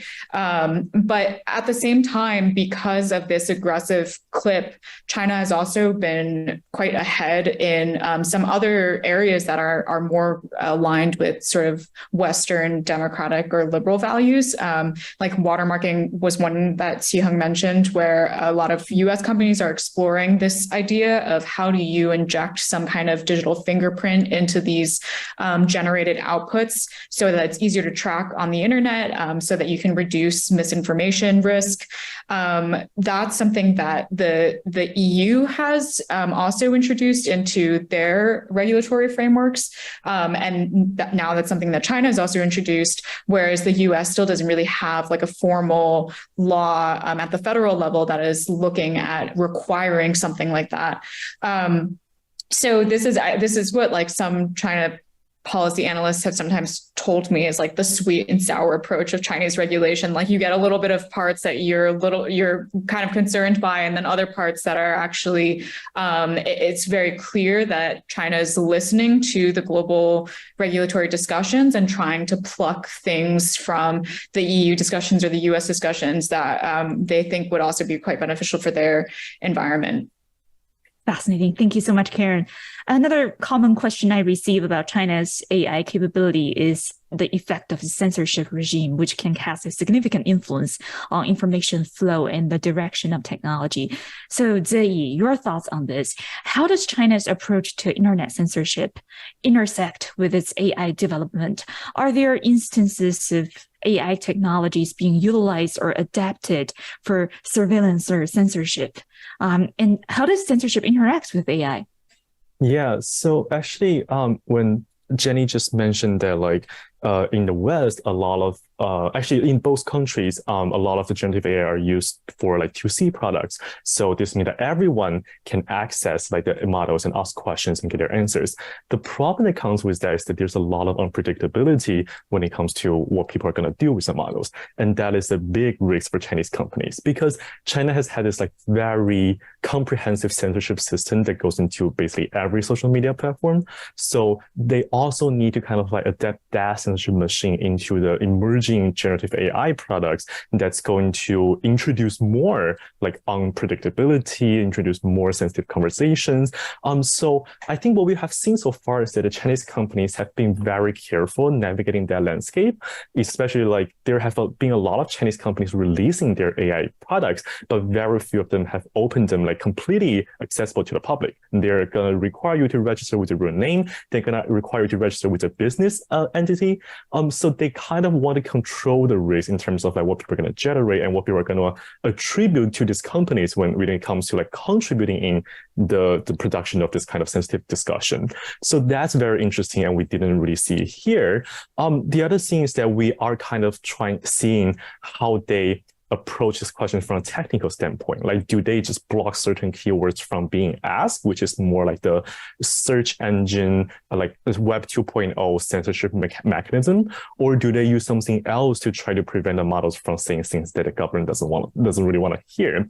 For example, I think recently Biden's released their, like a week ago or something, Biden's released their own kind of like ChatGPT bot alternative, and people have realized that if you ask a question, let's say about the Chinese political leaders, the Bidens will actually generate the answers first, and you kind of see that as they type the answer. And then once it's done, it will again block that and say, actually, this is like a politically sensitive topic, and we could not generate that for you.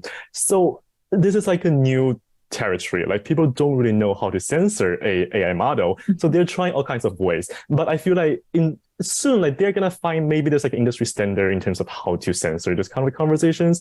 Unfortunately, I think that's gonna happen soon. And again, to another part of the question, I don't think we have seen much of like how generative AI has contributed like innovatively to surveillance yet, because it's still very much in development. But we're more seeing kind of a continuation of the previous challenges to freedom of speech, to access to knowledge, like replicated in generative AI, because all these companies are so fearful of the political liabilities that they may have for introducing models without having some kind of guardrails there. Fascinating. Thank you so much, Ziyi. Jenny, back to you. How does the general public in China perceive generative AI, particularly in the context of state censorship? Are they getting around it? Are they just complying with censorship? What are the workarounds? What are your strategies and reactions? Yeah, first of all, I don't think a lot of general public are very concerned about the censorship. I don't think a lot of them are very aware of the censorship, including the ones that have like played around with these tools. Their reaction is, oh, this tool is like very dumb, right? It's not a very good chatbot. It's not as good as the chatbots in the West, and they're not aware that that's because of the censorship layers, like behind the scene. And actually, like, interesting anecdote, a Chinese CEO once complained to me that his chatbot can't even count from 1 to 10 because there's 8 and there's 9, which is, I always think this is a really funny story, but it also tells you how dumb the Chinese chatbots are. And I think, you know, the general public usually complains about it from a user experience perspective. Like, the user experience isn't great, the chatbots are kind of dumb, they're not really aware of the deeper causes, and if they are, they're probably used to it, because this is like what the Chinese internet looks like, this is what Baidu, what all the search engines look like, so it's not particularly strange to them. But I do think the AI community in China is very aware of censorship requirements, and this is one of the main barriers to them releasing better chatbots. This is one of the barriers for them to make better products and make more innovative uses of their products. Fascinating. Thank you so much, Jenny. So we are coming to a close of the formal discussion part of our session, but I really want to hear Karen's perspective. This came up during our offline conversation. We talk a lot about U.S.-China competition, but let's just not forget that there are still opportunities for collaboration. What kind of opportunities for U.S.-China collaboration do you see, Karen, between the two countries in the realm of AI? Thank you, Lizzie. I really appreciate the opportunity to talk about this because I do think that the competition lens sometimes dominates the discourse so much that we really do forget how much cross-border connection there is and how much we should be fostering that in cases like generative AI, where it is a really transformative technology and it's going to be global and borderless, and you're going to want to have some kind of like international norms around it. I think in AI already, we've seen like AI before generative AI became the term of the day.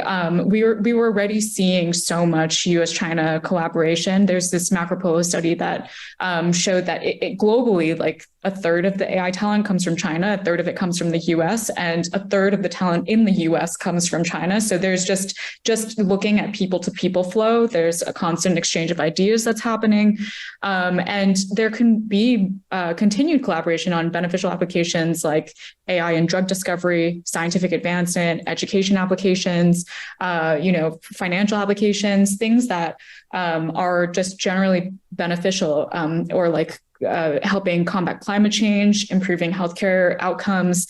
And the other area that I think cooperation is really important is the risks and the harms. And we've seen some efforts with this. The Beijing Academy of AI hosted a conference that Jenny actually pointed me out that brought together some of the leaders in China and the US on AI research. So Sam Altman appeared digitally. There was an executive from Anthropic that appeared digitally. There were professors from MIT, from Tsinghua, from Baidu, from all of the major firms that were talking about some of the ethics and harms and making sure that together, like these two big AI superpowers are actually communicating with one another on what should be the guardrails moving forward for developing this technology. So I think both the benefits and the risks are really, really important areas of cooperation. Fascinating. Qiheng, the world is not just United States and China. How might other countries, position themselves in this whole US-China AI competition or collaboration? Where are the other countries in the picture? Right. So my base case is that the technology companies will come from China and the US. Mm-hmm. And then the rest of the countries will just need to see where you are standing. So EU will still be super relevant because of its regulatory power and competency. And you may also have some other developed countries that have a very open system of open engagement with the United States that's going to benefit from access to US AI technologies, while also open to governance cooperation with EU and the US. And then you may also have another group of countries that I think the top concern is more about equal access to AI technology. So that's one dimension of looking at where other countries sit. And another dimension is looking through the lens of geopolitics. I'm quite worried about that we're going to see a bifurcation of the AI ecosystem. One is US-led and one is China-led, and we don't see much interaction between the two, not just in terms of talent and technology, but also in terms of governance. And you seek governments that may have a demand for censorship technologies may resort to Chinese companies to fulfill that demand. And this bifurcation will have much wider implication in terms of the global AI governance. Fascinating. Thank you so much, Qiheng. Karen, back to you again. What are some of the ethical and societal considerations both countries should prioritize as they advance in the realm of AI? There's so many. Well, one thing that's top of mind for, I think, a lot of people right now is this challenge around misinformation. So a lot of these generative AI tools, they are not truthful because there is no sort of knowledge base that it's drawing upon. This is called hallucinations in the technical world. So that's a problem that really needs to be thought about. Just whoever is developing generative AI tools, whether it's US, China, or elsewhere. Also, protecting workers' rights. I think think we're seeing a really big wave now of, like with the protests in Hollywood, of workers in many industries feeling a lot of squeeze. Zoe also mentioned like influencers feeling this pressure where they think that they could be replaced by generative AI, or even the threat of being replaced is starting to put pressure on their wages, their job security, their economic outcomes.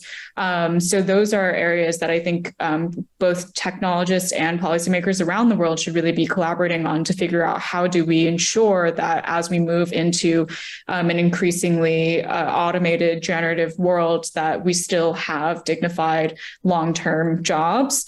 And I think the last that I'll mention is like data privacy and consent. Like there's also a really big global debate now around whether or not we should be allowing all of our data to be consumed by these technologies to create them. And artists are kind of protesting this, journalists are protesting this, and comedians, actors that are all sort of challenging this idea that their content that they put online under different circumstances should then be just used wholesale in the production of these technologies. So I think that's another area that regardless of where these tools are developed, and even for jurisdictions that aren't necessarily developing the tools, but are actively thinking about how to regulate when the tools come to their jurisdictions, that should be a really big area that should be sorted out.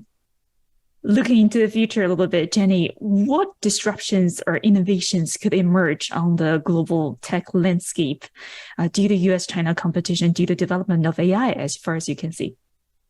Yeah, I'll talk about disruptions first. Just going back to Chi Heng's point that there might be a bifurcation in the AI world between the US and China. There's going to be like a US AI sphere, and then there's a China-led AI sphere.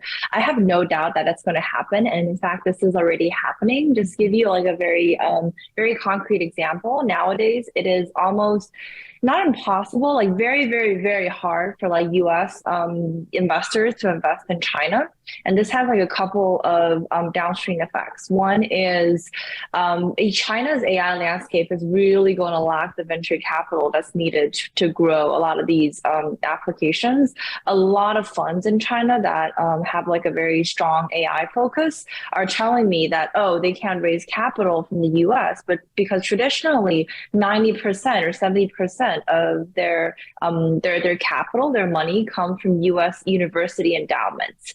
And these endowments are pulling out of China-based funds because of national security risk, and because I think the Biden administration came up with a couple of policies that prevent American investors from investing in China. And also there's this very big venture fund in China that is also like a branch of a US fund that received a letter from Congress a couple of weeks ago warning them about investing in China, and also like asking them to appear in front of Congress to explain what exactly they're investing in and what they're doing. So on the capital side, I already see these as two distinct spheres. It's very hard for Chinese investors to invest in the US either, because there's like all sorts of KYC rules that US AI companies put in place. And these are like KYC, know your customer. That means they have to do background checks on all of the investors. And the US has a lot of like very strong like investment restrictions for China-based investors investing in the US. So like I really think these are like two very distinct spheres. A lot of American companies are suspicious of people with Chinese work experience, especially if they work for like ByteDance or Baidu. They're always worried, are you gonna like steal my technology and give it to a China-based company? So I think there's going to be a lot of disruption and there's going to be two spheres. And on the innovation side, I think what's interesting is I think the competition is definitely pushing hardware innovation in China, as all of these companies are switching in China. These China-based companies are switching to their domestically produced hardware. That pushes innovation on the China side. And also on the American side, because there's this risk or fear of China, a lot of government agencies are pouring more money into supporting AI research, especially like fundamental research.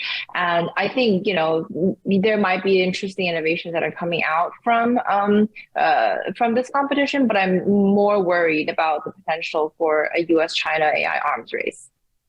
With that, that concludes the first part of our discussion today. Now let's turn to some questions from the audience. The first question is for Ziyi. what are the other strategic industries in China besides AI? Sorry, is this about kind of like what other industries could utilize AI more? That's how I understand the question. So I think the question is about the other strategic industries in China. So not outside just of AI. Yes, outside of AI. Right. I think right now, Chinese tech companies are already having a moment because they have a lot of influence. They have a lot of users in China, and also sometimes outside the countries too. I think a few industries that I really focus on, one is electric vehicles. China is kind of like the world leader on that. It's like years ahead to a lot of the other countries. So that's one industry where you can see really kind of the energy transition happening in real time. And you kind of can use that as the example to see how other parts of the world will kind of answer to the question of energy transition. Other things, I would say chips. Chinese government has made it very clear that it really wants to invest in chips, not just for AI, but for a lot of other uses too. So how are Chinese companies going to rise up to the challenge or not? How are they actually going to kind of challenge the current Western domination in terms of chip manufacturing? That's also another interesting thing to look at. The last industry I will mention is just that there are a lot of like the to consumer tech industries in China. They are really prosperous because they're just like a huge user base in China, like 1.4 billion people. The great example is e-commerce.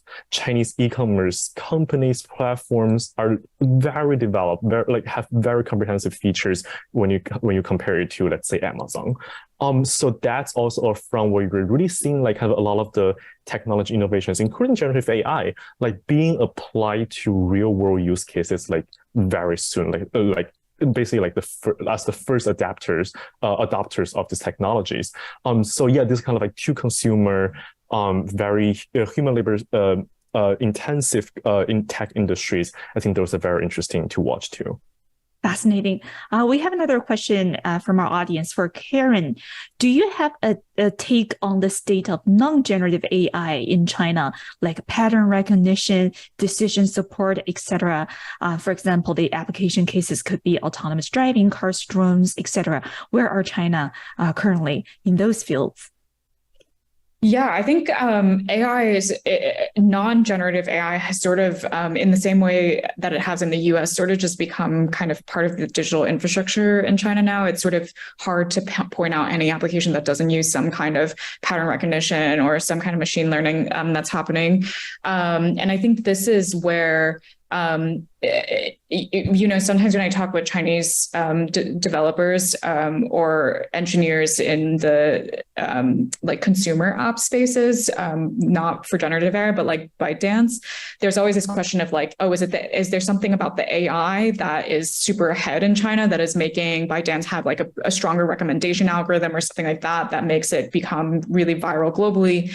And this is where it becomes like, often people say that it's not really about the AI, like the people working on the technology, they're like, it's not about the AI at that point, because once AI is infrastructure, it's kind of commoditized. Everyone kind of has similar versions of it. And at that point, it's actually more just the product design, the user experience, all of the other different features that are being put into these technologies.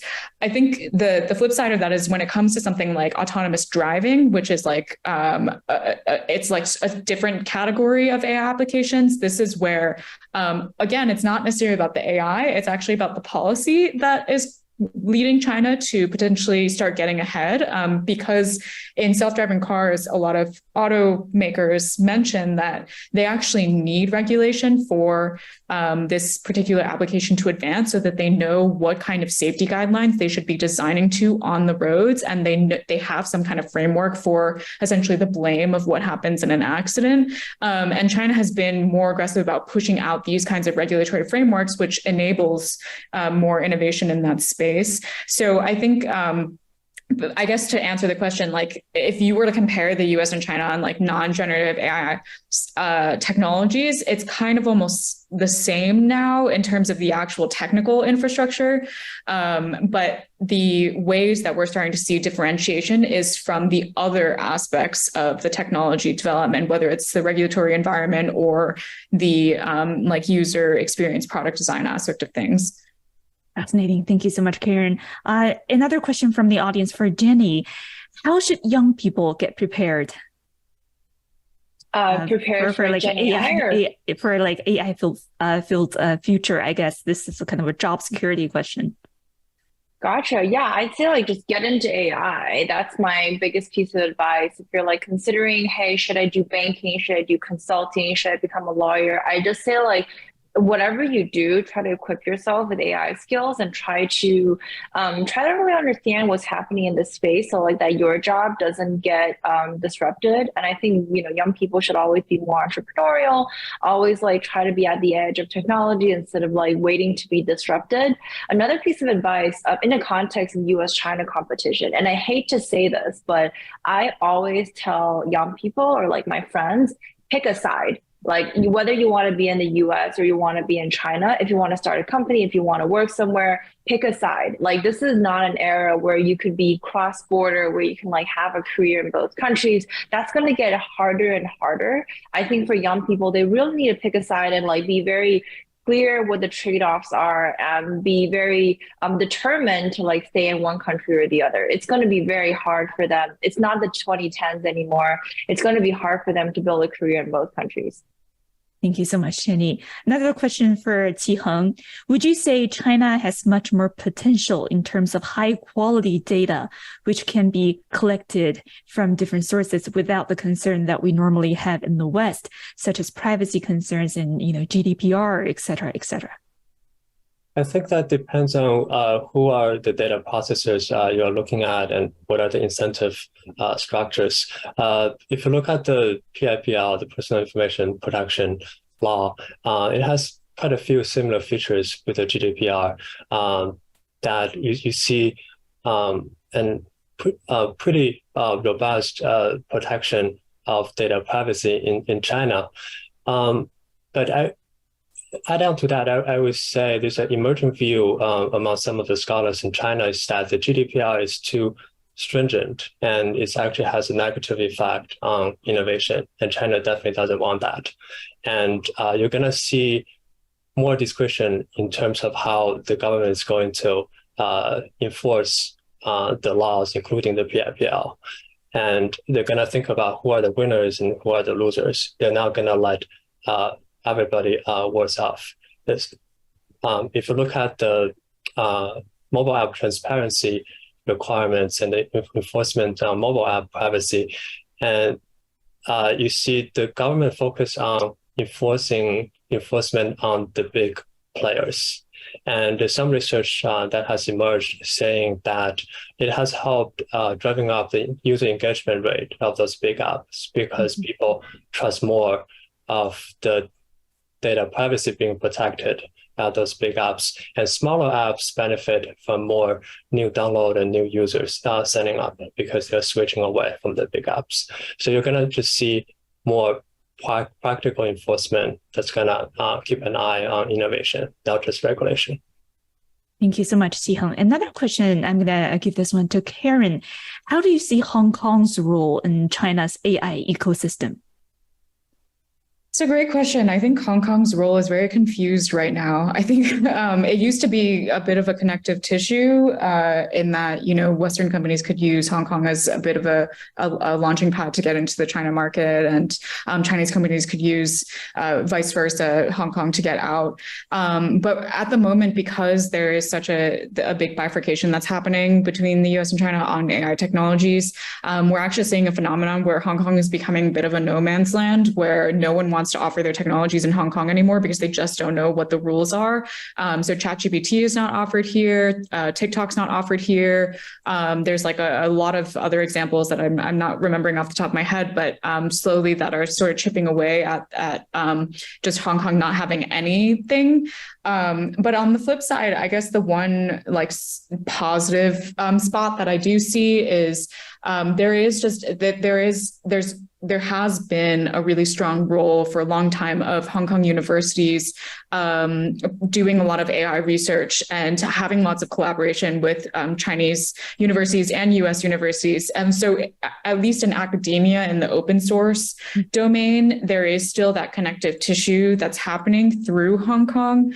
And I personally hope that Hong Kong does find a way to kind of get out of this no man's land and continue to be the connective tissue on the commercial side. But unfortunately, we're just not seeing that right now. Fascinating. Thank you so much, Karen. And that concludes the Q&A portion of today. Thank you again so much for all our panelists for your insights, and thank you for your time. Until next time, stay engaged, stay curious, and stay informed. Once again, this is the inaugural webinar on US-China Generative AI Competition brought to you by the Center for China Analysis of Asia Society Policy Institute. I am your moderator, Lizzie. Thank you so much for spending the hour with us. This is amazing. And please stay tuned for 2 additional sessions in this series. That's all for today. Thank you so much, and see you next time.